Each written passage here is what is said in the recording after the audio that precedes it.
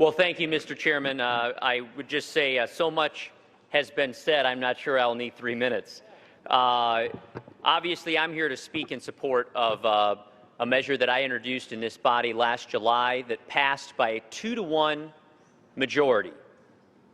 That means nearly every Republican and tens and scores of Democrats, a whole host of Democrats that passed by a 2-to-1 majority, voted for almost identical language contained in this bill.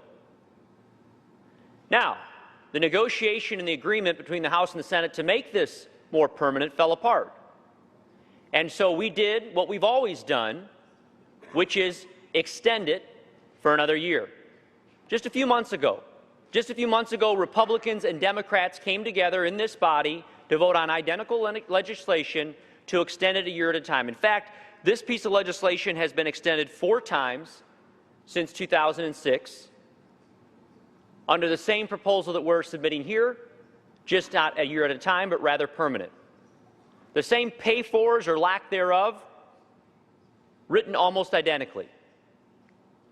So what's at stake? What's at stake is how much the people of our respective districts are going to benefit and whether they will benefit.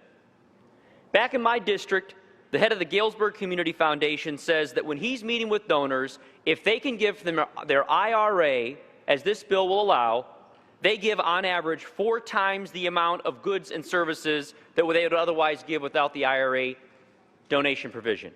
4 times. This isn't about the donor, it's about the recipient. And so I would just simply ask, why don't we give the certainty not to the donor, but rather give the certainty to the recipient, whether it be food and shelter, whether it be education benefits here in our country and around the world that benefit from this provision, give them the certainty, do what we've always done, but do it early and do it now.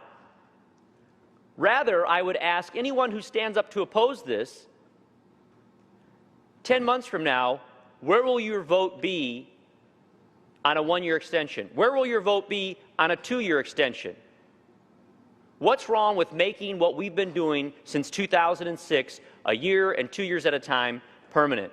It's important for us to give the certainty to the beneficiaries and to the communities who benefit from this provision. I urge a yes vote on this, and I hope once again, as we did last July, this body will pass this bill with an overwhelming 2-to-1 majority.